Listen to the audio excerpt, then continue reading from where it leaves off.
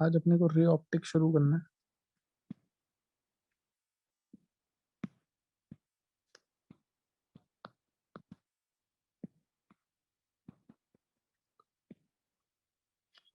आवाज आ रही है बेटा? Yes sir.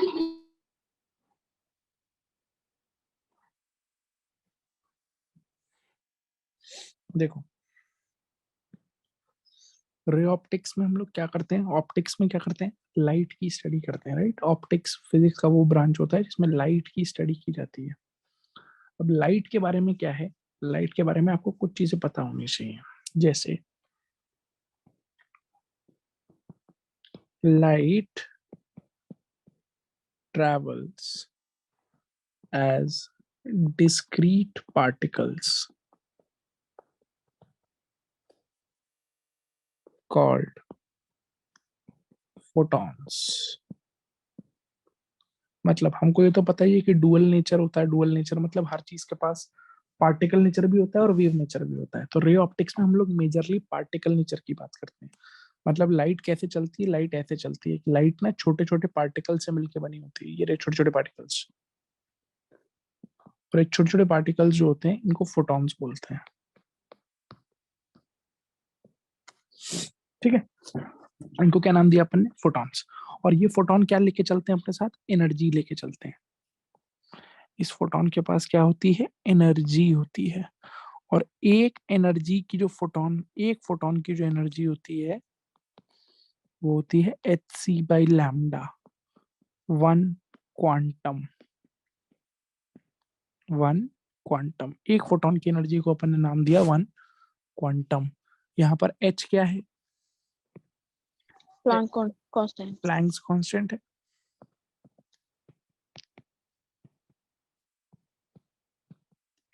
c क्या है, speed of light in vacuum, speed of light in vacuum. और लैम्डा है लाइट की वेवलेंथ। ठीक है, इतनी बात क्लियर हो गई। अब देखो होता क्या है, लाइट की स्पीड जो वैक्यूम में होती है वो होती है 3 × 10⁻⁸ तो होता क्या है कि लाइट एक्चुअल में तो ये छोटे छोटे पार्टिकल से मिलकर बनी हुई है। लेकिन ये छोटे छोटे पार्टिकल्स इतनी तेज स्पीड से चल रहे हैं, सोचो तुम कितनी स्पीड है, 3 × 10⁸, कि हम जब आंख से देखते हैं तो हमको ये छोटे छोटे पार्टिकल्स नहीं दिखते हैं। हमको ऐसा लगता है कि एक कंटिन्यूस रे चल रही है। मतलब हमको ऐसा लगता है लाइन चल रही है पूरी। वो लाइन एक्चुअली में छोटे छोटे पार्टिकल्स हैं, उनके बीच में गैप है। पर वो गैप हमें नेकेड आंख से दिखाई नहीं देता कि स्पीड इतनी तेज है। जैसे आप इसको ऐसे फील करो कि अगर आप हाईवे पे खड़े हो और हाईवे पे खड़े हुए हो और एक के पीछे एक गाड़ियां बहुत तेज स्पीड से निकल रही हैं, तो आपको ऐसा लगता है कि एक लाइन, गाड़ियों की कंटिन्यूस लाइन जा रही है, उनके बीच के गैप को आप फील नहीं कर पाते। जबकि गाड़ियां तो बहुत कम स्पीड पे चल रही हैं लाइट के मुकाबले। लाइट बहुत हाई स्पीड पे चलती है। तो इसी जो लाइट होती है इसी को हम लोग कह देते हैं रे। इसलिए इसको हम रे ऑप्टिक्स बोल देते हैं। एक्चुअली में ये रे क्या है, कलेक्शन ऑफ पार्टिकल्स है। ठीक है, क्या ये बात समझ में आ गई? यस बोलो। Sir. Light always travels in a straight line between 2 points in a medium। मतलब मान लो मेरे पास 2 पॉइंट है ए और बी, और ये दोनों सेम मीडियम में है। सेम मीडियम मतलब दोनों वैक्यूम में है, या दोनों पानी में है, या दोनों ग्लास में है। तो लाइट को अगर ए से बी जाना है तो लाइट ए से बी स्ट्रेट लाइन में जाएगी और कोई रास्ता नहीं लेगी लाइट, ऑलवेज। तीसरी प्रॉपर्टी लाइट की, जब मीडियम चेंज होता है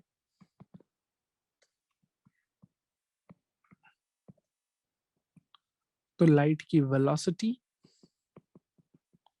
और वेवलेंथ दोनों चेंज हो जाते हैं। मीडियम चेंज होने से लाइट की वेलोसिटी और वेवलेंथ दोनों चेंज हो जाते हैं। जैसे एयर में, पानी में, ग्लास में लाइट की स्पीड सब में अलग अलग होती है। सबसे तेज किस में होती है, वैक्यूम में होती है, या एयर में बोल सकते हो। ऐसी वेवलेंथ भी चेंज हो जाती है, पर फ्रीक्वेंसी चेंज नहीं होती है। Frequency remains constant. अब अगर आपसे कोई पूछ ले कि फ्रीक्वेंसी क्यों नहीं चेंज होती है, तो इसका उत्तर क्या होगा कि जो फ्रीक्वेंसी है वो सोर्स की प्रॉपर्टी है। कैसे? इसका क्या मतलब है सर? इसका मतलब समझते हैं। देखो, फ्रीक्वेंसी का मतलब क्या होता है? फ्रीक्वेंसी का मतलब होता है कि एक सेकंड में कितनी लाइट वेव्स निकल रही हैं। तो मान लो मेरे पास एक बल्ब है, अगर उस बल्ब से एक सेकंड में 100 लाइट वेव निकलती है, तो वो बल्ब चाहे मैं हवा में जलाऊं, चाहे पानी में जलाऊं, चाहे किसी और मीडियम में जला दूं, ग्लास में जलाऊं, वो तो उससे तो एक सेकंड में 100 लाइट वेव ही निकलेंगे। यानी कि उसकी फ्रीक्वेंसी हमेशा 100 ही रहेगी। क्या ये बात समझ पा रहे हो? Yes sir.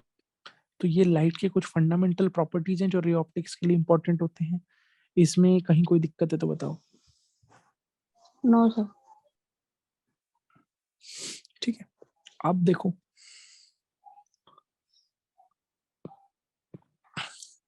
हमको जो मेजर मेजर बात करनी है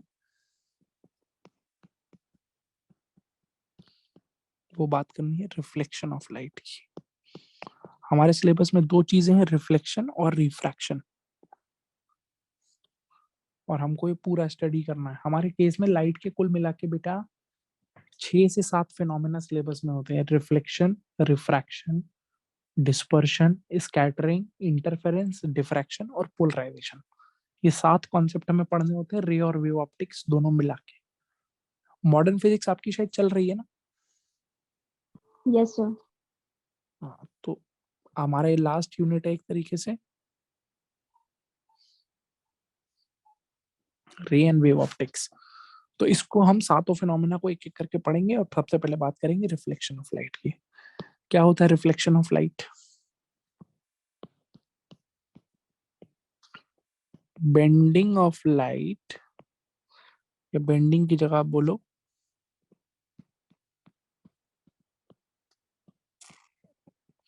bouncing back of light into same medium after striking a polished surface। Polished surface को ही मिरर कहते हैं, और अ शाइनी सरफेस।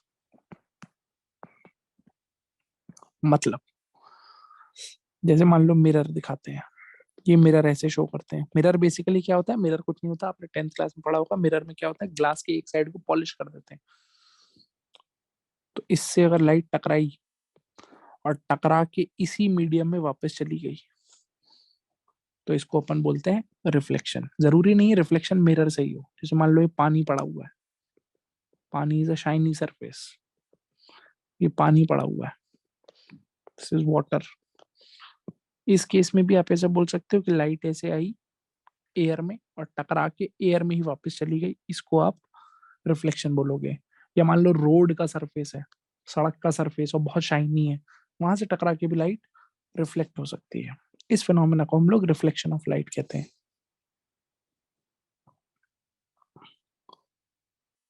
क्या ये बात समझ पाते हो?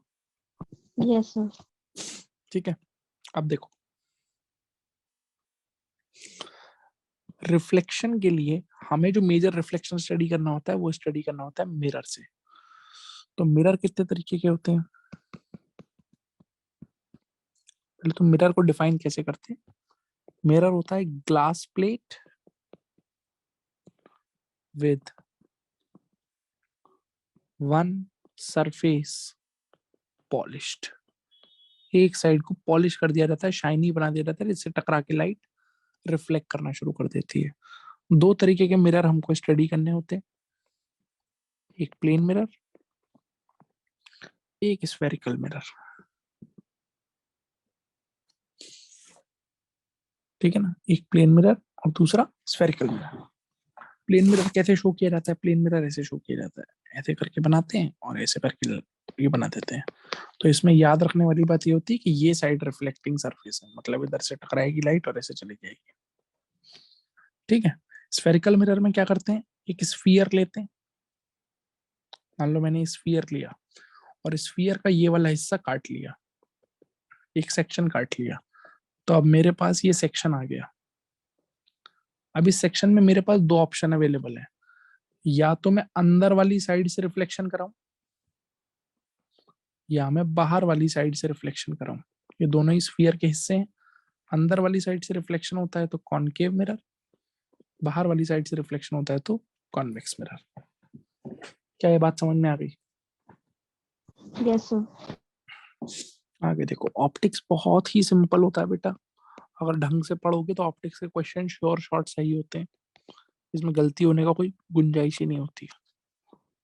लॉज ऑफ रिफ्लेक्शन, जैसे मान लो कहीं पे रिफ्लेक्शन हो रहा है, ठीक है ना। मान लो ये मिरर दिखाया मैंने, लाइट ऐसे आई और ऐसे चली गई। तो पहली चीज, ये जो रे होती है इसे कहा जाता है इंसिडेंट रे, इसको कहा जाता है रिफ्लेक्टेड रे। और जहां पर लाइट टकराती है, जैसे मान लो यहां टकराई है, तो इसको बोलोगे पॉइंट ऑफ इंसिडेंस, जहां पर लाइट इंसिडेंट हुई है। और पॉइंट ऑफ इंसिडेंस पर अगर हम एक परपेंडिकुलर बना दें मिरर के, तो इसको बोलते हैं normal at point of incidence. This is normal at point of incidence, ठीक है। इंसिडेंट रे का जो एंगल बनता है नॉर्मल के साथ, उसे आई बोल दिया। रिफ्लेक्टेड रे का जो एंगल बनता है उसे आर बोल दिया। तो पहला लॉ क्या कहता है? पहला लॉ कहता है कि incident ray, reflected ray and normal at point of incidence, ये तीनों चीजें एक ही प्लेन में होंगी। जैसे आपको दिख रहा है इस फिगर में, इंसिडेंट रे, रिफ्लेक्टेड रे और नॉर्मल तीनों ही स्क्रीन के प्लेन में है। ऐसा नहीं है कि इंसिडेंट रे प्लेन में आएगी और रिफ्लेक्टेड रे स्क्रीन से बाहर निकल के आ जाएगी। प्लेन चेंज नहीं हो सकता। और दूसरा चीज जो कि सिंपल सा होता है, that is angle i is equal to angle r. Angle of incidence हमेशा एंगल ऑफ रिफ्लेक्शन के बराबर होता है। कोई दिक्कत वाली बात इसमें? No, sir. ना। कितने तरीके का रिफ्लेक्शन होता है? दो तरीके का रिफ्लेक्शन होता है।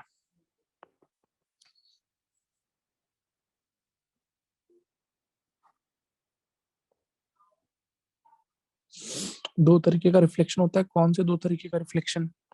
जैसे पहला रिफ्लेक्शन जिसमें सरफेस स्मूथ है। सरफेस क्या है? स्मूथ है। Yes, sir. देखो, पहला रिफ्लेक्शन क्या होता है? जिसमें सरफेस क्या होता है? स्मूथ होता है। स्मूथ, या इसको बोलते हैं रेगुलर सरफेस। तो इस रिफ्लेक्शन को भी बोला जाता है रेगुलर रिफ्लेक्शन, ठीक है। इसमें क्या होगा, इसको डिफाइन कैसे करेंगे? इसको डिफाइन ऐसे करेंगे कि मान लो मैंने एक पैरेलल बीम मारी। अच्छा, ये शब्द भी आप समझ लीजिए, आगे यूज होगा। Parallel beam, parallel beam. Beam का मतलब कुछ नहीं होता, बीम का मतलब होता है कलेक्शन ऑफ लाइट रेज। एक से ज्यादा लाइट रेज आएंगे। तो अगर ये मैंने बीम मारी, तो ये नॉर्मल, ये नॉर्मल, ये नॉर्मल, ये बीम पैरेलल है, तो अगर ये एंगल आई बना रही है तो ये भी आई बनाएगी, ये भी आई बनाएगी। और जो रिफ्लेक्टेड बीम होगी वो यहां से रिफ्लेक्ट होके जाएगी ऐसे करके, वो भी आपस में एक दूसरे के पैरेलल ही बनेंगे। आपको दिखना चाहिए, रिफ्लेक्टेड बीम भी एक दूसरे के क्या होगी? पैरेलल। क्योंकि ये एंगल भी आई हो जाएगा, ये भी आई हो जाएगा, ये भी आई हो जाएगा, ठीक है। इसको तो बोलते हैं रेगुलर रिफ्लेक्शन, जो कि जनरली हम पढ़ते हैं। अब मान लो जिस सरफेस से रिफ्लेक्शन हो रहा है वो थोड़ा ऊबड़ खाबड़ है, ऐसे करके कुछ इस तरीके का, इसको बोलते हैं डिफ्यूज्ड रिफ्लेक्शन या इररेगुलर रिफ्लेक्शन। कैसे समझेंगे इसको? इसको ऐसे समझेंगे कि मान लो इस पर मैंने फिर से parallel beam of light incident कराई है।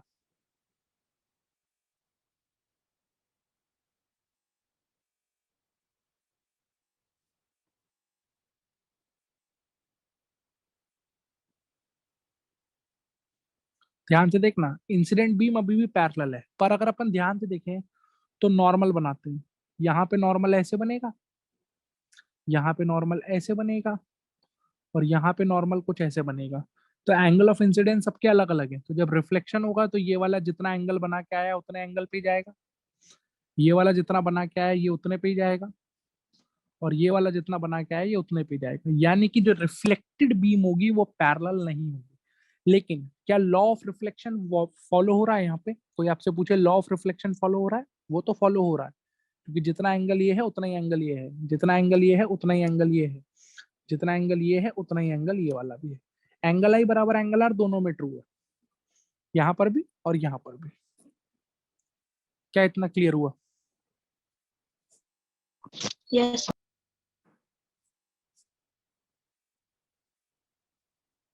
क्लियर है? sir.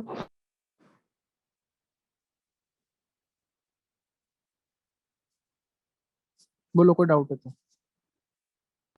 No, sir. अब देखो इसके आगे बात करते हैं। बड़ा इंपॉर्टेंट हो जाता है हमारे लिए समझना कि ऑब्जेक्ट क्या होता है ना? ऑब्जेक्ट क्या होता है? तो ऑब्जेक्ट की अगर मोटी मोटी डेफिनेशन लिखें ऑप्टिक्स के टर्म्स में, तो आप बोलोगे anything from where light comes और अपीयर्स टू कम। अब इसमें जो पहला पार्ट है ना वो तो इजीली समझ में आता है कि भाई जहां से भी लाइट आएगी उसे ऑब्जेक्ट कह देंगे। लेकिन जहां से लाइट आती हुई लगेगी मिरर को, उसको भी हम ऑब्जेक्ट ही कहेंगे। इसको हम धीरे धीरे समझेंगे कि इसका मतलब क्या है। ऑब्जेक्ट की क्लासिफिकेशन देखो कैसे होती है। जैसे मान लो पहला classification, point object and extended object.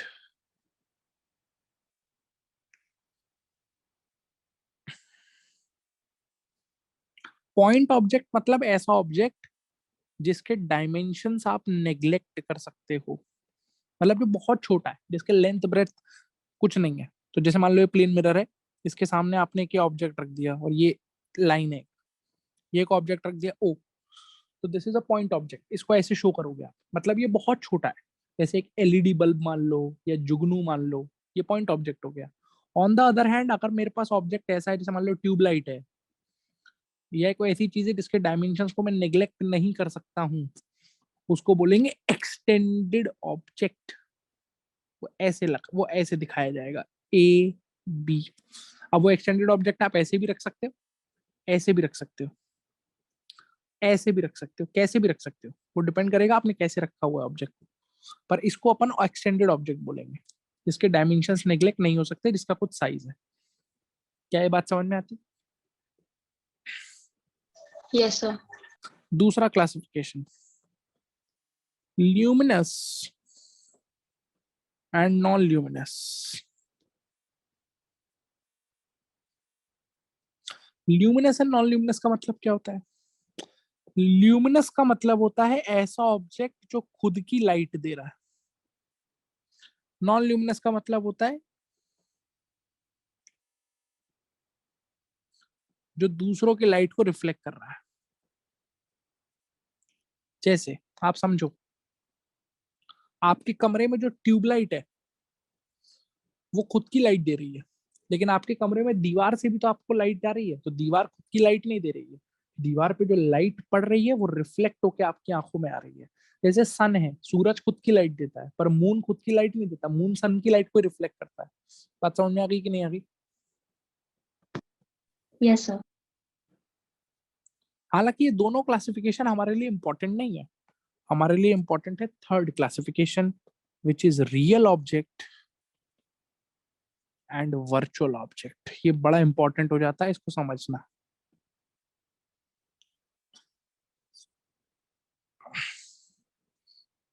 और यहां से हम ऑब्जेक्ट की एक नई डेफिनेशन बनाएंगे। मान लीजिए मेरे पास एक प्लेन मिरर है, ठीक है, और यहां पर मेरे पास एक कैंडल रखी हुई है ऐसे करके। अब कैंडल से लाइट रेज निकली और लाइट रेज जाके ऐसे करके, मान लो 2 लाइट रेज दिखाई मैंने, ऐसे करके इसको हिट करी। तो अब तुम थोड़ी देर के लिए ऐसे मान लो कि तुम मिरर हो। तुम क्या हो? मिरर हो। तो तुम्हारे पास एक लाइट रे ये वाली आ रही है और एक लाइट रे ये वाली आ रही है। तो मिरर क्या सोचेगा? देखो मिरर क्या सोचेगा। मिरर ऐसे सोचेगा कि यार मेरे पास कौन सी 2 लाइट रे आई। मिरर ऐसे सोचेगा कि यार मेरे पास जो एक लाइट रे आई वो ऐसे आई और एक लाइट रे आई वो ऐसे आई। तो मिरर सोचेगा कि चलो एक काम करता हूँ, ढूंढता हूँ कि ये दोनों लाइट रेस कहाँ से आ रही हैं, फाइंड करने की कोशिश करता हूँ कि कहाँ से आ रही है। और लाइट हमेशा स्ट्रेट लाइन में ट्रेवल करती है। तो मिरर कहेगा अच्छा ठीक है, इसको पीछे मिला के देखता हूँ और इसको भी पीछे मिला के देखता हूँ। यहाँ पे इंटरसेक्शन हुआ तो मिरर को लगेगा कि लाइट इस ओ पॉइंट से आ रही है। मिरर को लगेगा कहाँ से आ रही है लाइट? ओ पॉइंट से। अब तुम सोच के बताओ, मिरर को जहां से लाइट आती हुई लग रही है, क्या वहां पे वास्तव में कुछ रखा हुआ है? No sir. अरे रखा है ना, वहां कैंडल यस रखी सर, है कि नहीं यस रखी सर। है? वहां पर क्या रखी हुई है? कैंडल। कैंडल रखी हुई है। कैंडल से ही तो गई है रेस। बोलो यस और नो।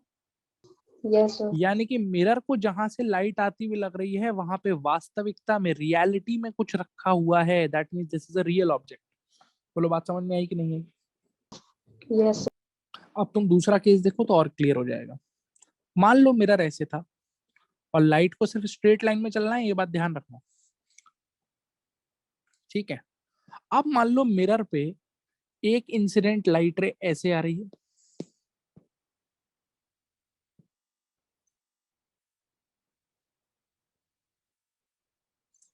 मिरर पे एक इंसिडेंट लाइट रे ऐसे आ रही है और एक इंसिडेंट लाइट रे ऐसे आ रही है, 1 और 2। मिरर ने सोचा लाओ देखता हूँ भाई कहाँ से आ रही है लाइट। तो मिरर ने इसे पीछे मिलाया, इसे पीछे मिलाया। सोच के बताओ क्या मिरर को कोई पॉइंट मिलेगा ऐसा जहां से उसे लगेगा लाइट आती हुई? No sir. फिर मिरर ने कहा चलो अपने अंदर देखता हूँ। तो मिरर ने अपने अंदर देखा तो मिरर ने कहा मेरे अंदर, इसको मिलाया और इसको मिलाया, यहाँ पे ये दोनों ने कट कर दिया। तो मिरर को ये लगेगा कि ये लाइट रेज इस पॉइंट ओ से आ रही है। बोलो मानते हो कि नहीं मानते? Yes sir. क्या ओ पे एक्चुअली में कुछ रखा है? No sir. ये ओ पॉइंट तो मिरर के खुद के अंदर है। यस और नो? Yes sir. तो ये कैसा ऑब्जेक्ट हो गया? वर्चुअल। वर्चुअल, फॉल्स ऑब्जेक्ट है। यहाँ पे एक्चुअली में कुछ नहीं रखा है, सिर्फ मिरर को लग रहा है यहाँ से लाइट आ रही है। क्या ये बात समझ में आई कि नहीं आई? Yes sir. तो अब इस डेफिनेशन से मैं एक नई डेफिनेशन बना सकता हूं, which is intersection point of incident raise. Intersection point of incident raise is object. जहां पर भी इंसिडेंट रेज कट करती हैं उस पॉइंट को हम लोग ऑब्जेक्ट कह देते हैं। जैसे आप देखो, यहां पर इंसिडेंट रेज कट कर रही हैं, यहां पर भी इंसिडेंट रेज कट कर रही हैं, इस पॉइंट को हमने ऑब्जेक्ट बोल दिया है। बोलो यस और नो? Yes sir. और अगर एक्चुअली इंटरसेक्ट कर रही हैं, एक्चुअल इंटरसेक्शन बिफोर, या एक्चुअल इंटरसेक्शन हो रहा है, तो कैसा ऑब्जेक्ट है? रियल ऑब्जेक्ट है। जैसे आप देखो, फर्स्ट वाला केस देखो, ये वाला, इसमें जो दोनों रेज हैं उनको अगर पीछे मिला के देखोगे मिरर के सामने तो ये दोनों एक्चुअली काट रही हैं, यहाँ पे काट रही हैं दोनों एक्चुअली। तो ये रियल ऑब्जेक्ट है। और दूसरे वाले केस में अगर मैंने इसे पीछे मिलाया और इसे पीछे मिलाया मिरर के सामने, तो एक्चुअली में कहीं नहीं काट रही है, वो तो मैंने पीछे मिलाया है मिरर के अंदर, तो मैंने काटते हुए दिखाया है। यानी कि अगर कंस्ट्रक्टेड इंटरसेक्शन है, मतलब इंटरसेक्शन कराने के लिए आपको कंस्ट्रक्ट करना पड़े रेस को पीछे की तरफ, तो वो वर्चुअल ऑब्जेक्ट कहलाएगा। क्या ये बात समझ पाए? Yes sir. कोई दिक्कत? No sir.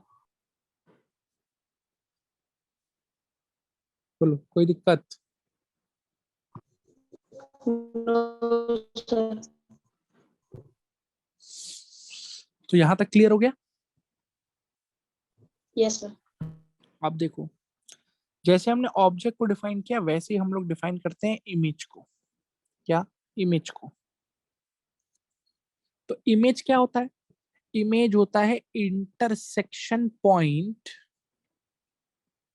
ऑफ रिफ्लेक्टेड, या आगे चल के क्योंकि आप रिफ्रैक्शन भी पढ़ोगे तो यहीं से हम अपनी डेफिनेशन में लिख देते हैं, रिफ्रैक्टेड रेस।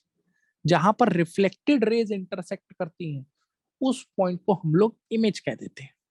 और अगर एक्चुअल इंटरसेक्शन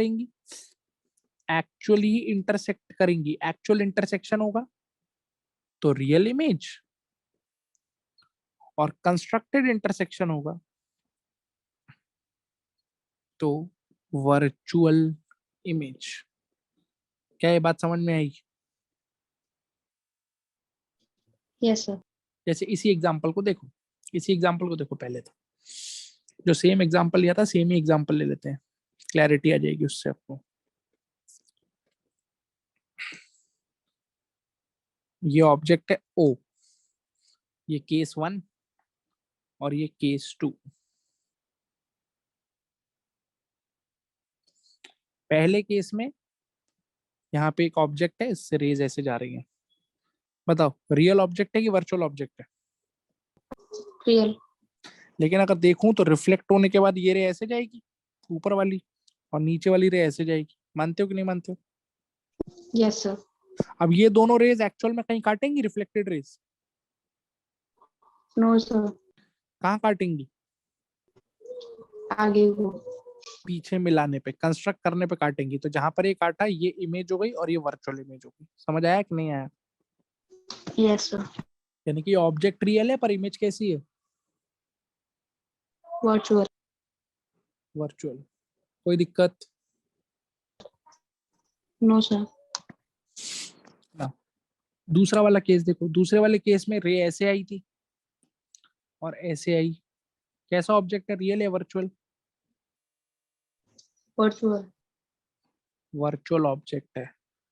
ये रहा वर्चुअल ऑब्जेक्ट, क्योंकि मिरर को यहाँ से आते हुए लग रही है। लेकिन अगर मैं रिफ्लेक्शन के बाद देखूं तो ये रे रिफ्लेक्ट होके ऐसे जाएगी और ये रे रिफ्लेक्ट होके ऐसे जाएगी। तो यहाँ पर तो ये दोनों रियल में काट रहे हैं, तो ये इमेज कैसी हो गई? रियल। Real image. समझ आई बात की नहीं आई? Yes sir. इसके अलावा एक टर्म और होती है जिसको बोलते हैं erect and inverted image. Erect and inverted image, इसको समझो ध्यान से। जैसे मान लो ये प्लेन मिरर है, तो पहली बात तो बेटा, एक ऐसी लाइन जो मिरर को दो पार्ट में डिवाइड करती है, ये वाली लाइन, ये मिरर को जो दो पार्ट में डिवाइड करती है, 10th क्लास में ही पढ़ा है आपने, इसको बोलते हैं प्रिंसिपल एक्सेस। पढ़ा है इतना? Yes sir. और जहां पर ये लाइन और मिरर एक दूसरे को काटते हैं, इस पी पॉइंट को बोलते हैं पोल। क्या बोलते हैं? पोल। तो अगर बेटा मान लो ऑब्जेक्ट ऐसे रखा हुआ है और उसकी इमेज भी ऐसे ही बन रही है, मतलब सेम सेंस में बन रही है, दोनों प्रिंसिपल एक्सिस के ऊपर है, तो इसे कहोगे इरेक्ट इमेज। लेकिन अगर इमेज ऐसे बन रही है, मतलब अगर तुम्हारा ऑब्जेक्ट ऐसा है और इमेज ऐसे बन रही है उल्टी, तो इसको बोलते हैं इन्वर्टेड इमेज। उल्टी है। इन्वर्टेड शब्द ऑब्जेक्ट के रिस्पेक्ट में यूज किया जाता है, मतलब जैसा ऑब्जेक्ट है इमेज वैसी ही सेंस में है तो इरेक्ट, उससे उल्टी है तो इन्वर्टेड। मतलब मेरा कहने का ये है कि अगर ऑब्जेक्ट ऐसा है और इसकी इमेज ऐसी है तो ये कैसी इमेज कहलाएगी, इन्वर्टेड या इरेक्ट? इरेक्ट। इरेक्ट। अब अगर ऐसे इमेज होगी ऊपर की तरफ तो ये इन्वर्टेड हो जाएगी। Got it? Yes sir. बोलो कोई भी डाउट यहाँ तक? No sir. डाउट है कोई? कोई डाउट नो सर। है तो पूछो। No sir. ठीक है। अब जो अपन पढ़ने जा रहे हैं उसको बोलते हैं प्लेन मिरर।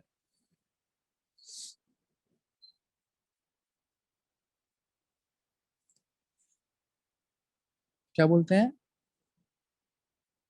Plane mirror. देखो बेटा, हमको डिस्कशन करना है प्लेन मिरर का। तो अब तक आप एक बात बताओ मुझे, इतना जो हमने बात किया, इमेज बनाने के लिए कितनी रेस चाहिए होती है कम से कम? इमेज बनाने के लिए कितनी रेस चाहिए होती है कम से कम?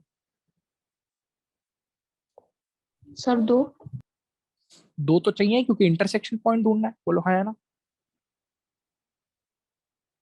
Yes sir. तो ठीक है। तो प्लेन मिरर की हम लोग एक एक प्रॉपर्टी पढ़ेंगे। तो सबसे पहले तो बात करेंगे प्लेन मिरर की इमेज फॉर्मेशन की।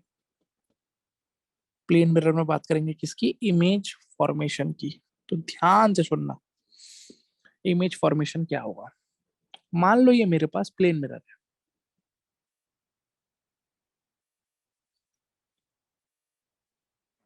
ये इसकी प्रिंसिपल एक्सिस हो गई, ये पॉइंट मैंने बता दिया पोल हो गया। और मान लो मेरे पास एक एक्सटेंडेड ऑब्जेक्ट है, ये रहा ए बी, जो कि मैंने प्लेन मिरर के सामने रख दिया। अब मुझे इसकी इमेज बनानी है। तो कम से कम कितनी रे चाहिए होती है बेटा इमेज बनाने के लिए? 2। दो। तो देखो दो रेस क्या करूंगा मैं। पहली रे मैंने बी से ली और मिरर के परपेंडिकुलरली हिट कर दी ऐसे करके। अगर मैंने मिरर के परपेंडिकुलरली ही हिट कर दिया तो यहाँ पे अगर मुझे नॉर्मल कोई कहे कि नॉर्मल बनाओ, तो यही लाइन नॉर्मल की तरह ही काम करेगी, क्योंकि नॉर्मल भी यही होगा। यानी कि अगर नॉर्मल ये होगा तो इसका एंगल आई कितना हो जाएगा? 0 डिग्री। नॉर्मल के साथ एंगल 0 डिग्री है, तो एंगल आर भी कितना होना चाहिए? 0 डिग्री। एंगल आर भी 0 डिग्री होने का मतलब है कि ये रे इसी रास्ते पे लौट आएगी। क्या ये बात समझ में आया?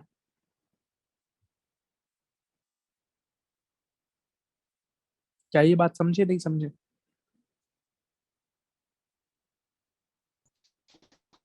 Yes sir. बोलो बेटा हाँ या ना। Yes sir. तो ये हो गई रिफ्लेक्टेड रे नंबर 1। दूसरी रे देखो, दूसरी रे तुम कहीं भी डाल सकते हो, ऐसा नहीं है कि कहीं भी डालना है, बट मैं स्टैंडर्ड रे दिखा रहा हूँ कि मैंने दूसरी रे पोल पे डाल दी। तो अगर पोल पे डाल दूंगा तो पोल वाले पॉइंट के लिए जो प्रिंसिपल एक्सिस है यही नॉर्मल की तरह काम करेगा, यानी कि ये हो जाएगा एंगल ऑफ इंसिडेंस आई। और लॉ ऑफ रिफ्लेक्शन के हिसाब से मेरी रे इतना ही एंगल बनाते हुए रिफ्लेक्ट करके वापस आ जाएगी। ये हो गई रे नंबर 2। और बहुत साफ साफ मुझे दिख रहा है कि रे नंबर 1 और रे नंबर 2 जो रिफ्लेक्टेड रेज हैं कहीं एक्चुअल में तो काटने नहीं वाली है। दिख रहा है कि नहीं दिख रहा है? Yes sir. किधर काटेंगी? इसको पीछे मिलाना पड़ेगा यस और सर। इसको भी पीछे लेके जाना पड़ेगा, मतलब कंस्ट्रक्शन करना पड़ेगा। तो यहाँ काटेंगी और यहाँ काटेंगी तो इनकी यहाँ पर एक इमेज बनेगी। और इमेज का नाम हमने रख दिया ए डैश बी डैश या ए प्राइम बी प्राइम। क्या ये बात समझ पा रहे हो आप? Yes sir. पहला सवाल, कैसी इमेज है भाई? रियल की वर्चुअल? सर रियल की virtual. Virtual? Virtual virtual. Image है, वर्चुअल इमेज है। और दूसरी कैसी इमेज है? इरेक्ट। इरेक्ट है। अब एक चीज देखो, थोड़ी सी मैथ्स लगाते हैं। क्या तुम्हें ये समझ में आता है कि A B A dash B dash के बराबर है? यस। क्योंकि देखो एक बार दिखा देता हूँ, ये लाइन और प्रिंसिपल एक्सिस ये दोनों पैरेलल हैं। तो पैरेलल लाइंस के बीच का परपेंडिकुलर, अगर दो लाइंस पैरेलल हैं तो उनके बीच का परपेंडिकुलर डिस्टेंस कहीं से भी लो बराबर आएगा। अग्रीड? सर। यस। यानी कि तीसरी प्रॉपर्टी, इमेज सेम साइज की है। और अब मैं एक चीज और प्रूव कर सकता हूँ, वो ये कि ये वाला एंगल अगर आई है तो ये वाला एंगल भी आई होगा, वर्टिकली अपोजिट। तो अगर मैं ट्राइंगल ए पी बी और triangle A prime P B prime को देखूं तो ये दोनों ट्राइंगल कॉन्ग्रुएंट ट्राइंगल्स हैं। कैसे ट्राइंगल्स हैं बेटा? कॉन्ग्रुएंट है। क्यों है कॉन्ग्रुएंट? आई और आई बराबर है, एक एक एंगल 90 है, और ए बी और ए डैश बी डैश बराबर है। क्या ये मानते हो कि नहीं मानते हो? सर। इसका मतलब कॉन्ग्रुएंसी ये कहती है कि एपी किसके बराबर हो गया? ए डैश पी के। एपी अगर ए डैश पी के बराबर है, इसका मतलब है कि ऑब्जेक्ट पोल से जितना दूर है इमेज भी पोल से उतनी ही दूर है, यानी कि इमेज सेम डिस्टेंस पर बनेगी। और ये होता ही है यार, घरों में जो हमारे शीशा लगा होता है वो प्लेन मिरर ही होता है। जब आप प्लेन मिरर में अपनी चेहरा देखते हो तो जितना बड़ा आपका चेहरा होता है उतनी बड़ी इमेज बनती है, और जितना दूर आप प्लेन मिरर से खड़े होते हो, मतलब अगर प्लेन मिरर से आप दूर जाओगे तो आपकी इमेज भी उसमें दूर चली जाती है, आप जितना पास आओगे इमेज भी उतनी पास आ जाती है, मतलब सेम डिस्टेंस पे बनती है। क्या ये बात समझ में आ गई? Yes, sir. Yes, sir. Now, क्या ऐसा कहना सही है कि प्लेन मिरर हमेशा वर्चुअल इमेज बनाता है? Yes, sir. गलत है। प्लेन मिरर हमेशा वर्चुअल इमेज नहीं बनाता है। देखो ध्यान से, प्लेन मिरर वर्चुअल इमेज बनाता है अगर ऑब्जेक्ट रियल होता है। ये इंपॉर्टेंट बात है। ये ऑब्जेक्ट कैसा है? बोलो, ऑब्जेक्ट कैसा है? Real. इमेज कैसी है? Virtual. लेकिन बेटा अगर मैं ऑब्जेक्ट को वर्चुअल कर दूं, एक एग्जांपल देख लो, हालांकि ये फिगर अभी ऊपर भी बनाई थी अपन ने, आपने ध्यान नहीं दिया। अगर मैं ऑब्जेक्ट को वर्चुअल कर दूं, ऑब्जेक्ट को वर्चुअल कैसे करोगे सर? ऐसे दो रेज ले लो,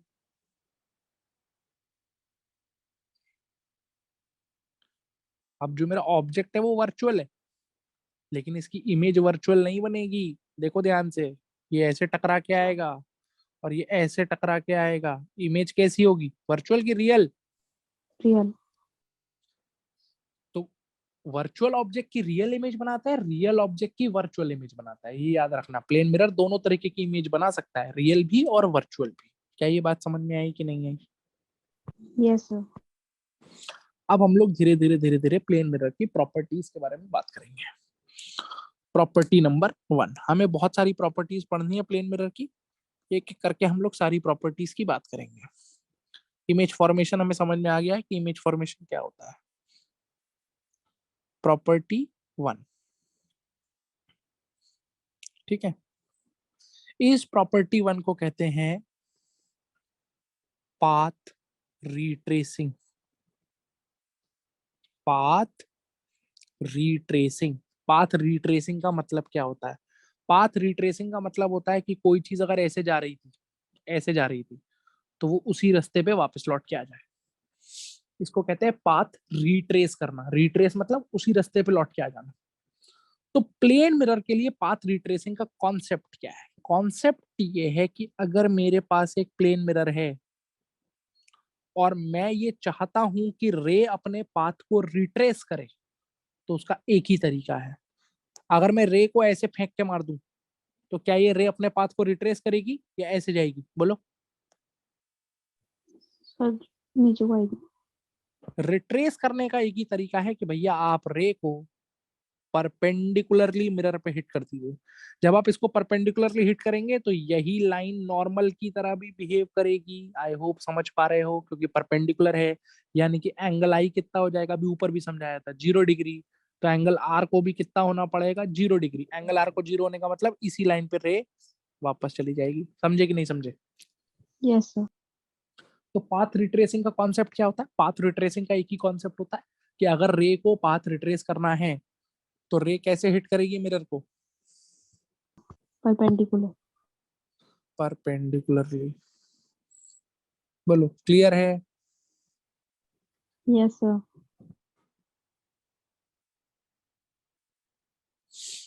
तो अब देखो क्वेश्चन करते हैं इस पे, किस तरीके का क्वेश्चन हमसे पूछा जा सकता है। क्वेश्चन एक मैं करूंगा, फिर एक आप करके दिखाओगे। मान लो ये एक मिरर है, एक से मैं सिर्फ कॉन्सेप्ट सिखाऊंगा आपको, फिर आप कॉन्सेप्ट बनाओगे खुद से।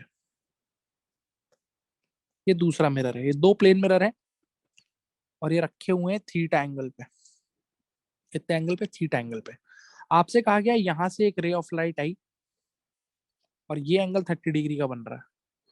अब उसने कहा फाइंड थीटा सच दैट रे retraces path at second reflection।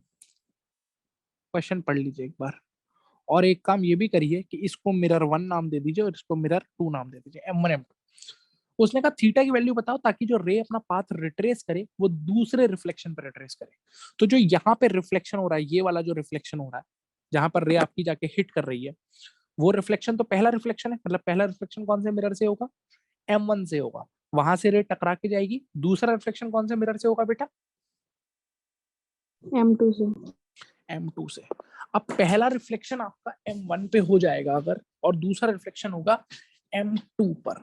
Condition ये है कि रिट्रेसिंग दूसरे रिफ्लेक्शन पे करानी है। इसका मतलब जहां पर भी दूसरा रिफ्लेक्शन होगा वहां पर लाइट कैसे हिट करे, परपेंडिकुलरली हिट कर जाए। इसका मतलब अगर मैं इसका एक रे डायग्राम बनाऊं तो रे डायग्राम ये कहता है, अच्छा पहले तो ये बताओ M1 पे एंगल ऑफ इंसिडेंस कितना है? 30 डिग्री। नहीं बेटा, ध्यान से देखो। Theta degree. Angle of incidence mirror से लेते हैं कि नॉर्मल से लेते हैं? सर नॉर्मल से। तो बेटा यहाँ नॉर्मल बनाओगे, नॉर्मल मतलब परपेंडिकुलर। तो जब परपेंडिकुलर बनाओगे तो एंगल ऑफ इंसिडेंस तो ये है ना 60 डिग्री, यस सर 90 क्योंकि माइनस ये पूरा 30। 90 है। समझे नहीं समझे? Yes sir. और रिट्रेसिंग कहाँ पे होनी है, पहले पे कि दूसरे पे? दूसरे पे। तो रफ रे डायग्राम ये कहता है कि यहाँ पर ये बनेगा नॉर्मल। अगर ये नॉर्मल है तो ये एंगल कितना हो गया? 60। 60। तो रे कितना एंगल बना के जाएगी? रे 60। कितना एंगल बना के जाएगी? 60 बना के जाएगी। और कुछ ऐसे जानी चाहिए कि दूसरे मिरर पे परपेंडिकुलरली हिट कर जाए, क्योंकि अगर दूसरे मिरर पे परपेंडिकुलरली हिट कर गई तो इसी रास्ते पे ऐसे वापस चली जाएगी। क्या फिगर समझ में आई कि नहीं आई? Yes sir. आप थीटा निकाल लोगे इससे यार। आप इसके बाद ज्योमेट्री देखो। अगर ये 60 है तो बहुत क्लियर है, ये वाला एंगल 30 है, ये वाला तो 90 है ही। तो एक 90 है एक 30 है, तो थीटा की वैल्यू 60 डिग्री आ गई।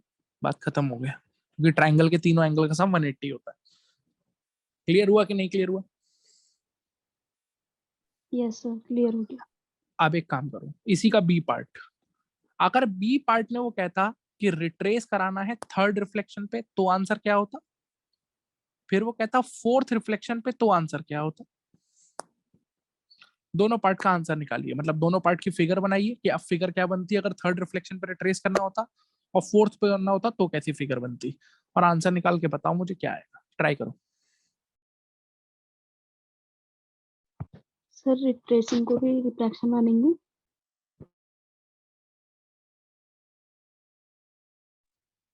क्या कह रहे हो बेटा?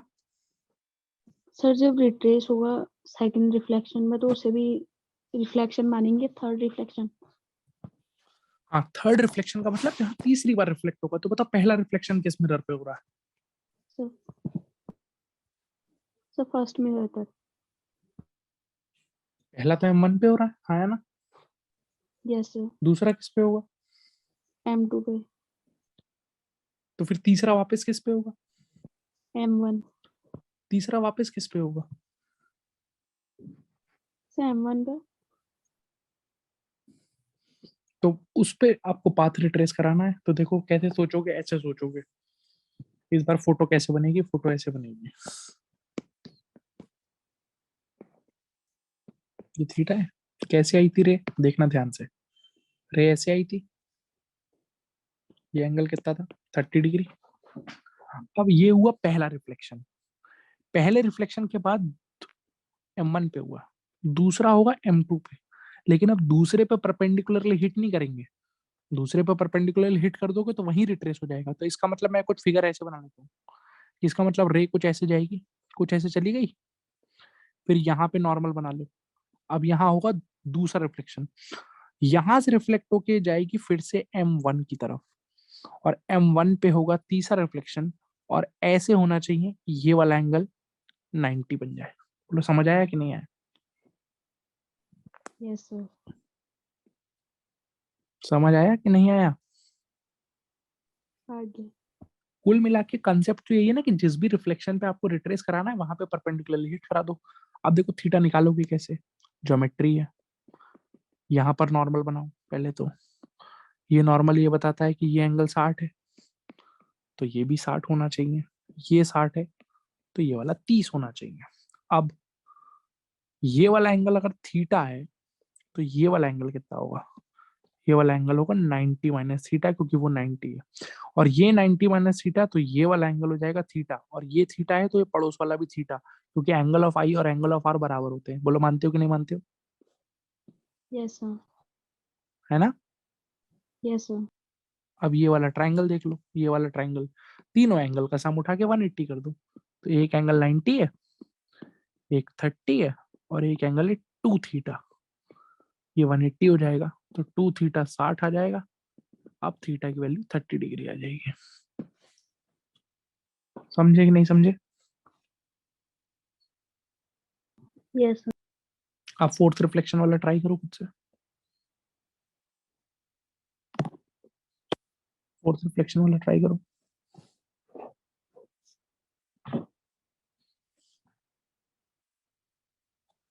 कैसी बनेगी फोटो? देखो ऐसे बनाएंगे। थोड़ा सा ना बड़ा फोटो बनाना, क्योंकि 4 रिफ्लेक्शन कराने हैं ना, तो वरना फोटो गंदी हो जाएगी, तो फिर तुम्हें एंगल ही नहीं दिखेंगे कौन सा एंगल कितना है। तो मैं थोड़ा सा बड़ा बना देता हूँ। ये एंगल थीटा है। अभी ऐसा है कि यहाँ से रे ऐसे आई है 30 डिग्री पे, और चौथी रिफ्लेक्शन तक पहुंचना है। पहले तो फोटो बना लो। फोटो ऐसी कुछ बननी चाहिए कि यहाँ से टकरा के रे ऐसी जानी चाहिए। ये हो गया दूसरा रिफ्लेक्शन। दूसरे रिफ्लेक्शन के बाद ये नॉर्मल भी बना, साथ साथ नॉर्मल भी बनाते चलो तो इजी रह जाएगा। यहाँ पर भी नॉर्मल बना लो ऐसे कर। दूसरे रिफ्लेक्शन के बाद ये कुछ ऐसे जानी चाहिए। यहाँ पर नॉर्मल बना लो। ये हो गया तीसरा रिफ्लेक्शन। अब तीसरे पर परपेंडिकुलर मत डाल देना, क्योंकि तीसरे परपेंडिकुलर अगर तुमने डाल दिया तो तीसरे पर रिट्रेस हो जाएगी, और फिर यहाँ से ये उतने ही एंगल पर रिफ्लेक्ट होनी चाहिए, और ये होगा चौथा रिफ्लेक्शन जिसपे 90 बन जाना चाहिए, तो पाथ रिट्रेस हो जाएगा। पहले बता, फिगर समझ में आई कि नहीं आई? Yes sir. फिगर समझ आ गई? Yes sir. अब ट्राई करो, क्या आएगा थीटा निकालो।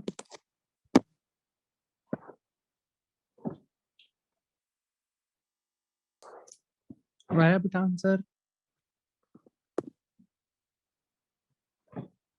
नहीं आया? No sir. क्या आया बताओ? चलो इधर देखो, ये एंगल 90, तो ये वाला 90 माइनस थीटा। 90 minus theta. अब ये 90 माइनस थीटा, और ये नॉर्मल है अगर, तो ये थीटा, ये थीटा, तो ये भी थीटा। बोलो हाँ या ना? यस तो ये वाला 90 माइनस 2 थीटा, सर। ये 90 माइनस 2 थीटा, तो ये 2 थीटा, ये 2 थीटा, तो ये 2 थीटा। अच्छा, ये वाला एंगल 90 माइनस थीटा, और ये वाला 60, ये वाला 60, ये वाला 30। अब तीनों का सम, इसका इसका और इस पूरे का सम 180 कर दो, तो क्या दिखेगा? 30 plus 90 minus theta plus 4 theta is equal to 180 degree. तो यह रहेगा 3 theta is equal to 60 degree. Theta की वैल्यू 20 डिग्री आ जाएगी बेटा। आ गया आंसर। यस क्या सर। दिक्कत है?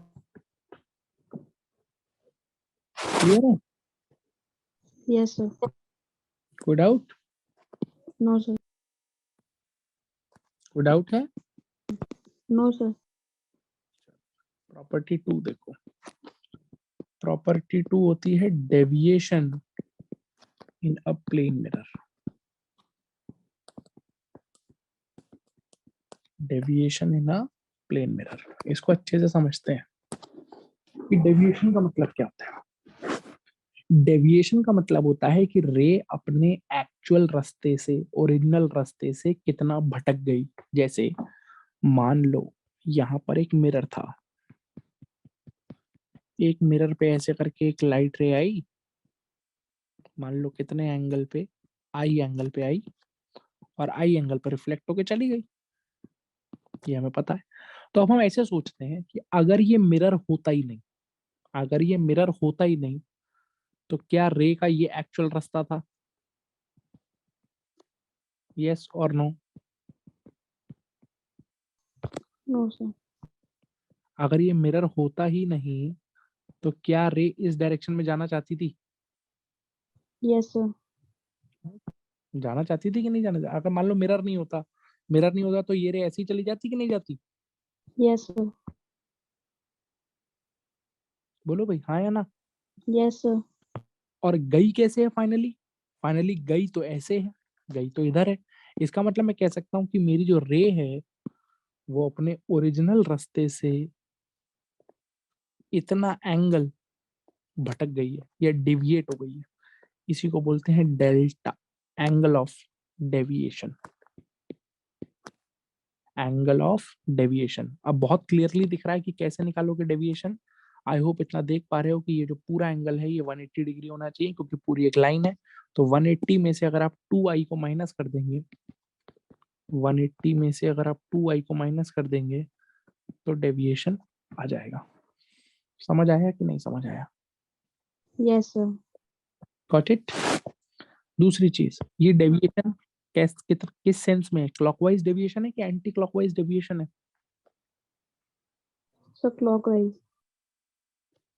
क्लॉकवाइज डेविएशन है कि एंटी क्लॉकवाइज डेविएशन है? Sir clockwise. क्लॉकवाइज। अब आपको एक चीज और समझनी पड़ेगी,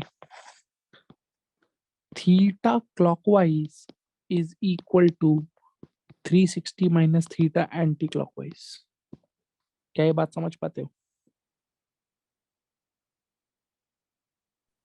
yes sir. Theta clockwise is equal to 360 minus theta anti clockwise. क्या ये बात समझ पाते हो? Yes sir. कैसे? देखो इधर एक लाइन है मेरे पास। अब इस लाइन से अगर मैं थीटा क्लॉकवाइज घूमूं ऐसे करके, तो मैं यहां पहुंचूंगा। और अगर इस लाइन से मैं 360 माइनस थीटा एंटी क्लॉकवाइज घूमूं, तब भी मैं यहीं पहुंचूंगा। समझ पाए कि नहीं समझ पाए? Yes sir. तो 180 माइनस 2i अगर क्लॉकवाइज है, तो इसको 360 minus 180 minus 2i anti clockwise भी कहा जा सकता था। यानी कि 180 प्लस 2i एंटी क्लॉकवाइज भी होगा। एंटी क्लॉकवाइज मतलब अगर आप इधर से देखो तो। इज दैट क्लियर और नॉट?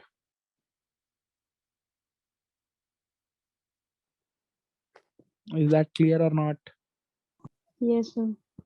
अच्छा, अब सवाल आता है कि अगर मान लो मल्टीपल रिफ्लेक्शंस हो रहे हैं, मल्टीपल रिफ्लेक्शंस हो रहे हैं, तो क्या करते हैं? मल्टीपल रिफ्लेक्शंस में नेट डेविएशन निकालने के लिए सारे डेविएशन को ऐड कर देते हैं, लेकिन साइन के साथ। किसके साथ? साइन के साथ। अब इसको समझने की कोशिश करते हैं कि कहने का मतलब क्या है। कहने का मतलब यह है कि मान लो यहाँ पर एक मिरर है, एक लाइट रे आई ऐसे करके, ये एंगल 40 डिग्री है, ऐसे रिफ्लेक्ट हुई चली गई। फिर यहाँ पर एक मिरर है, इससे टकराई, इससे टकराई, ऐसे रिफ्लेक्ट हुई, मान लो ये एंगल 60 डिग्री है। फिर यहाँ पर फिर एक मिरर है, तो यहाँ पर ये नॉर्मल बना, मान लो ये एंगल 20 डिग्री है, ऐसे रिफ्लेक्ट हुई, ऐसे रिफ्लेक्ट हुई, मान लो यहाँ पर फिर एक मिरर है, ऐसे करके ये नॉर्मल बना, मान लो ये एंगल 50 डिग्री है और ये ऐसे रिफ्लेक्ट होके चली गई। आपसे पूछा गया नेट डेविएशन बताइए, कितना नेट डेविएशन आया है रे के अंदर। बोलो क्या ये बात समझ में आ रही है कि नहीं आ रही? Yes sir. तो नेट डेविएशन कैसे निकालेंगे? हर मिरर का डेविएशन निकालेंगे पहले। हर मिरर का क्या निकालेंगे बेटा? डेविएशन। तो पहले पहले वाले मिरर को देखना, अगर ये एंगल 40 डिग्री है तो ये भी 40 होगा, ये 60 है तो ये भी 60 होगा, ये 20 है तो ये भी 20 होगा, ये 50 है तो ये भी 50 होगा। सिंपल। पहले मिरर को देखते हैं। पहले मिरर पर अगर मिरर नहीं होता तो रे ऐसे जा रही थी इस डायरेक्शन में, और गई ऐसे है, यानी कि इतना एंगल डेविएट कर गई है, ये आ गया डेल्टा 1। और 180 में से 80 माइनस कर दोगे तो ये आ जाएगा 100 डिग्री एंटी क्लॉकवाइज। दिख रहा होगा। दूसरे मिरर को देखो, दूसरे मिरर पे रे ऐसे जा रही थी, मतलब दूसरे मिरर पे जो रे जा रही है वो कौन सी है? वो ये वाली। तो अगर ये मिरर नहीं होता तो ये रे ऐसे चली जाती। कैसे? ऐसे चली जाती। तो ये इतना एंगल डेविएट हो गई है, डेल्टा 2, ये 60 डिग्री ही आ जाएगा, 60 डिग्री क्लॉकवाइज। ऐसे ही तीसरे मिरर को देखो तो तीसरे मिरर पे ये रे ऐसे जा रही थी, तो 20 और 20 40, यानी कि इतना डेविएट हो गई है, delta 3 which will be 140 degree clockwise. चौथे मिरर को देखो तो चौथे मिरर पे ये ऐसे डेविएट हुई है, डेल्टा 4 80 डिग्री एंटी क्लॉकवाइज। पहले बताओ ये बात समझ में आई कि नहीं आई? सर डेविएशन कैसे निकाला, 100 कैसा है क्या सर? 100 कैसे आया फर्स्ट में डेल्टा 1? बेटा 180 माइनस 2 आई होता है ना यार, तो आई 40 डिग्री है ना यहाँ पे। Yes sir, yes sir. वरना कॉमन सेंस लगा लो ना, फॉर्मूला भी क्यों याद करना है? ये पूरा एंगल 180 है कि नहीं है? Yes sir. तो 40 40 80, 180 में से 80 माइनस कर दो 100 आ जाएगा। समझे नहीं समझे? समझे कि नहीं समझे? Yes sir. तो अब देखो नेट डेविएशन कैसे निकालेंगे। तो नेट डेविएशन के लिए पहले क्या काम करेंगे, पहले देखेंगे कि क्लॉकवाइज कितना डेविएशन है। 60 क्लॉकवाइज, 140 क्लॉकवाइज। 60 और 140 मतलब 200 डिग्री का तो क्लॉकवाइज है। और एंटी क्लॉकवाइज कितना है, 180 और 80, तो 180 डिग्री एंटी क्लॉकवाइज है। तो 200 क्लॉकवाइज और 180 एंटी क्लॉकवाइज, तो ऐड मत करना क्योंकि साइन के साथ ऐड करना। तो अगर आपने क्लॉकवाइज को पॉजिटिव माना है तो एंटी क्लॉकवाइज नेगेटिव हो गया, यानी कि 200 क्लॉकवाइज और 180 एंटी क्लॉकवाइज का मतलब हो गया 20 डिग्री क्लॉकवाइज डेविएशन बचेगा, यानी कि नेट डेविएशन 20 डिग्री क्लॉकवाइज होगा। क्या ये बात समझ में आई कि नहीं आई? Yes sir. और 20 डिग्री क्लॉकवाइज को 340 डिग्री एंटी क्लॉकवाइज भी कहा जा सकता है। ये अभी मैंने पहले भी समझाया था आपको। बोलो, do you understand this or not? Yes sir. Any problem? No sir. Any problem? No sir. ठीक है, चलो फिर एक क्वेश्चन देते हैं तुमको, देखिए कितना तुमको डेविएशन का मतलब समझ में आया। ये एक प्लेन मिरर है, ये एक दूसरा प्लेन मिरर है, और इन दोनों प्लेन मिरर के बीच का एंगल 60 डिग्री है। आपसे कहा गया यहां से एक रे ऑफ लाइट आई ऐसे करके, राइट? ऐसे करके एक रे ऑफ लाइट आई। आपसे कहा गया फाइंड डेविएशन आफ्टर 2 रिफ्लेक्शंस। मतलब जब 2 रिफ्लेक्शन हो जाएंगे, यानी कि 2 बार रिफ्लेक्शन हो जाएगा, तब डेविएशन कितना होगा इस रे ऑफ लाइट में। निकालो जरा कितना होगा, फाइंड करो।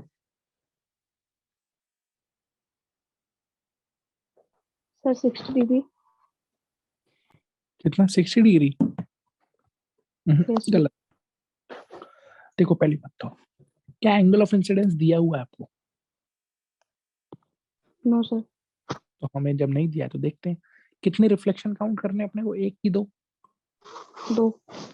तो मान लो पहले मैंने यहाँ पर एक रिफ्लेक्शन काउंट किया, और क्योंकि मुझे एंगल ऑफ इंसिडेंस नहीं दिया है तो मैंने एंगल ऑफ इंसिडेंस कुछ मान लिया। कितना मान लिया? आई। तो बेटा जब ये आई पे आएगा तो ऐसे आई पे ही रिफ्लेक्ट होगा। बोलो मानते हो कि नहीं मानते हो? Yes sir. ये एंगल कितना बनना चाहिए?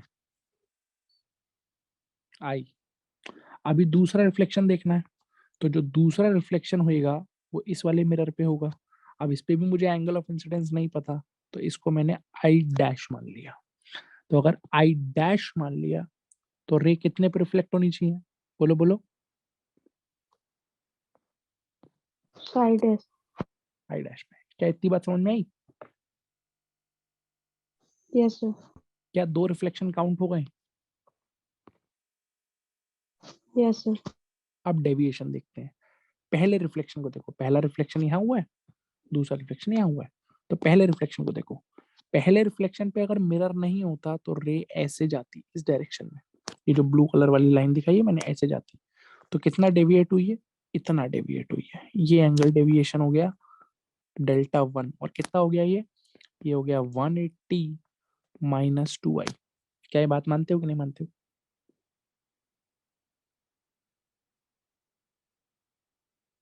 बोलो, क्या ये बात मानते हो कि नहीं मानते हो? भाई पहले वाले पे इतना ही तो डेविएशन आया है। और कितना है ये? 180 माइनस 2 आई। और 180 माइनस 2 आई वो भी एंटी क्लॉकवाइज। कैसे लिखा, क्लियर है? जल्दी बताइए हाँ या ना। Yes sir. 180 minus 2i anti clockwise कैसे लिखा, समझ में आया? Yes sir. अब दूसरा रिफ्लेक्शन देखो, दूसरे रिफ्लेक्शन पे अगर मिरर नहीं होता तो लाइट रे ऐसे जाती, तो अगर ऐसे जाती तो यहाँ पर कितना डेविएट हुई है, इतना डेविएट हुई है ओरिजिनल रास्ते से, तो ये हो गया डेल्टा 2 और ये हो जाएगा 180 माइनस 2 आई डैश, और ये भी एंटी क्लॉकवाइज। बोलो बेटा मानते हो कि नहीं मानते? Yes sir. तो नेट डेविएशन क्या होगा? नेट डेविएशन कैसे निकालेंगे? नेट डेविएशन दोनों डेविएशन को ऐड कर देंगे। क्यों ऐड कर देंगे? क्योंकि दोनों ही एंटी क्लॉकवाइज डायरेक्शन में है, तो दोनों को ऐड कर देंगे सिंपली। तो डेल्टा 1 की जगह आ जाएगा 180 minus 2i plus 180 minus 2i dash, यानी कि हो जाएगा 360 minus 2i minus 2i dash. अब आप कहोगे सर i तो हमें पता नहीं है और i डैश भी हमें पता नहीं है, तो हम आंसर कैसे निकालेंगे? तो उसके लिए वो क्वेश्चन ही इसलिए दिया गया ताकि आप उसकी ज्योमेट्री को थोड़ा समझें। हम थोड़ा सा एक काम कर सकते हैं, हम इसे 360 माइनस 2 कॉमन निकाल के i प्लस आई डैश लिख सकते हैं। बोलो बच्चों क्लियर हुई ये बात? Yes sir. आप देखते हैं कि भाई क्या जुगाड़ इसमें लगाई जा सकती है, तो ध्यान से देखना मैं क्या जुगाड़ लगा रहा हूँ। क्या आप ये बात मानते हो, मैं कलर को दूसरा ले लेता हूँ, कि ये वाला जो एंगल है, ये वाला एंगल, ये 90 माइनस आई है। Yes sir. सिमिलरली आप ये बात भी मानोगे मेरी कि ये वाला जो एंगल है, ये वाला, ये 90 माइनस आई डैश है। Yes sir. और फिर आप ये भी मानोगे कि 90 minus I, 90 minus I dash और 60, इन तीनों का सम 180 होना चाहिए। Yes sir. इसका मतलब 90 प्लस 90 कितना हो गया, 180 माइनस आई डैश प्लस 60 बराबर 180। 180 180 कट गया, यानी कि i प्लस आई डैश की वैल्यू मेरे पास 60 आ गई। इसलिए i नहीं दिया था क्योंकि i की जरूरत ही नहीं है, क्योंकि i प्लस आई डैश की जो वैल्यू आई वो सीधे उठा के मैं यहाँ पे पुट कर सकता हूँ। तो मेरे पास आंसर हो जाएगा 360 minus 2 I plus I dash 60 degree, यानी कि 360 degree minus 120 degree, that is 240 degree anti clockwise is the net deviation. बोलो बात समझ में आती है कि नहीं आती?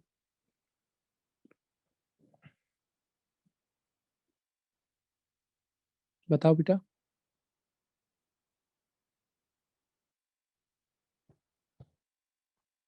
बात समझ में आई कि नहीं आई? गरिमा कोई डाउट है?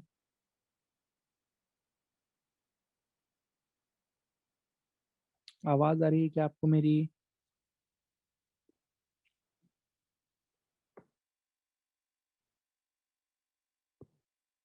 गरिमा आपको आवाज आ रही है मेरी? Yes sir. कोई डाउट है या समझ में आ गया? सर वॉइस चली गई थी थोड़ा सा। अच्छा, आपको समझ में आ गया? सर 90 प्लस आई और 90 प्लस आई डैश से। अच्छा, 90 minus I plus 90 minus I dash plus 60 बराबर 180, वहां तक क्लियर है? Yes sir. उसके बाद देखो 90 प्लस 90 180 हो गया, 180 माइनस आई डैश प्लस 60 बराबर 180, 180 180 कट गया, तो आई प्लस आई डैश की वैल्यू 60 आ गई। Yes sir. उस आई प्लस आई डैश की वैल्यू को हमने क्या किया, हमने जो उधर फॉर्मूला निकाला था उसमें उठा के यहाँ पर सीधा सीधा पटक दिया। बोलो समझे कि नहीं समझे? Yes sir. तो आई प्लस आई डैश को 60 पटक दिया तो 360 माइनस 2 इंटू 60 मतलब 360 माइनस 120, तो 240 डिग्री आंसर आ गया। समझ आया? Yes sir. और 240 degree anti clockwise is also equal to 120 degree. Clockwise. तो ये दोनों ही आंसर हो सकते हैं। तो अगर पेपर में हो सकता है 240 डिग्री ऑप्शन में हो ही ना, तो घबराना नहीं, 120 डिग्री होगा तो 120 डिग्री टिक कर देना। समझ आया? Yes sir.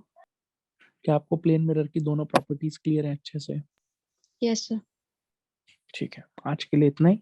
नेक्स्ट लेक्चर के लिए इतना रिवाइज करके आइएगा, फिर प्लेन मिरर की बाकी बची हुई 6-7 प्रॉपर्टीज और पढ़ाएंगे। ठीक है?